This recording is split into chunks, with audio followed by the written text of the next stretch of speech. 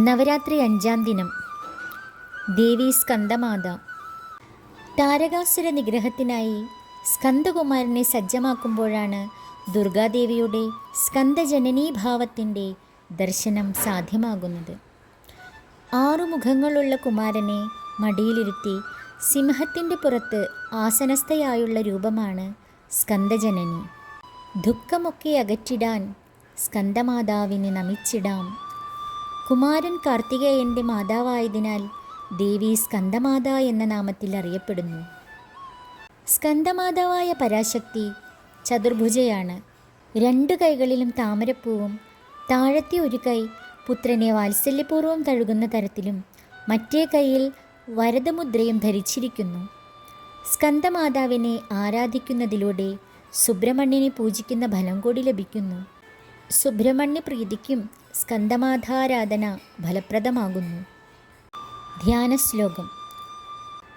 സിംഹാസനഗദാ നിത്യം പത്മാശ്രിതകരദ്വയാ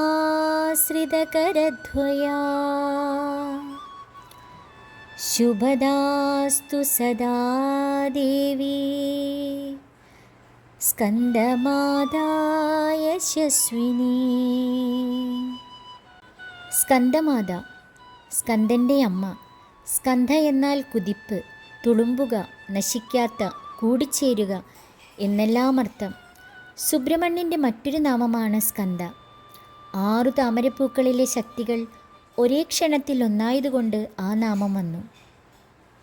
ശിവശക്തിക്ക് യോഗശക്തിയാൽ ഉണ്ടായ പുത്രനാണ് സുബ്രഹ്മണ്യൻ. സ്കന്ദൻ ഊർജരൂപത്തിൽ അവതരിച്ച സമയം ശിവശക്തിയെ പ്രഭാവമറിയാതെ താരകാസുരനിൽ നിന്ന് രക്ഷിക്കാനായി അഗ്നി ആ ഊർജത്തെ ആവാഹിച്ചു. പക്ഷേ താപം താങ്ങാനാവാതെ ആ ഊർജത്തെ ഗംഗയിൽ നിക്ഷേപിച്ചു. ഗംഗയ്ക്കും ആ താപം ഉൾക്കൊള്ളാൻ സാധിച്ചില്ല.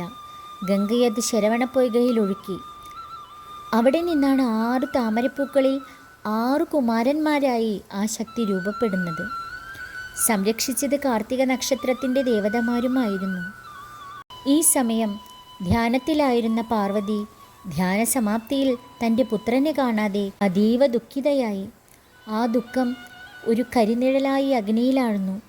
അതിനുശേഷമത്രേ അഗ്നിക്ക് പുകയും അഗ്നി സ്പർശിക്കുന്നതെല്ലാം ചാരവുമായി ഭവിച്ചത്.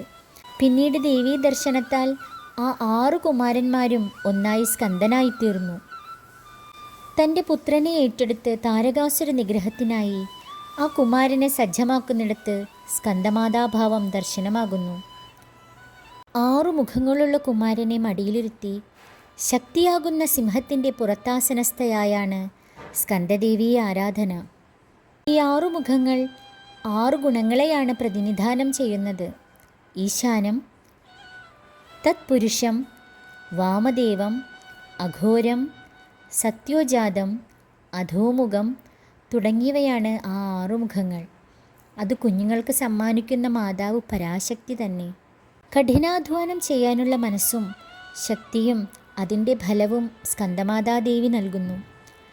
മാതൃഭാവത്തിൻ്റെ പൂർണ്ണതയാണ് സ്കന്ദജനനയിൽ ദൃശ്യമാകുന്നത്. അമ്മയുടെ വാത്സല്യത്തിനും കരുതലിനുമപ്പുറം മറ്റൊന്നുമില്ലെന്ന് എല്ലാവരെയും ബോധ്യപ്പെടുത്തുന്ന ദേവീപ്രഭാവമാണ് സ്കന്ദജനനി.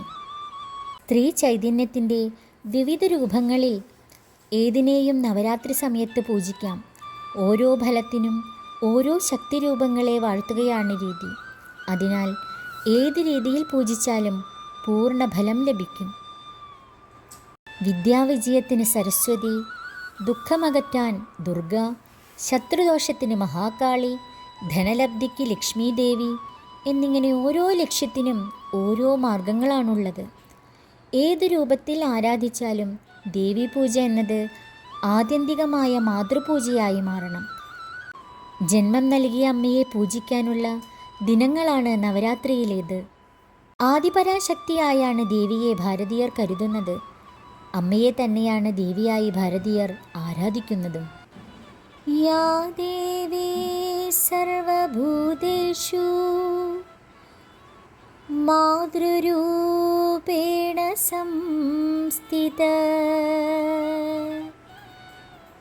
നമസ്തസ്യേ നമസ്തസ്യേ നമസ്തസ്യേ നമോ നമഃ. എൻ്റെ എല്ലാ കൂട്ടുകാർക്കും നവരാത്രി ആശംസകൾ. എല്ലാവർക്കും ദേവിയുടെ അനുഗ്രഹമുണ്ടാകട്ടെ.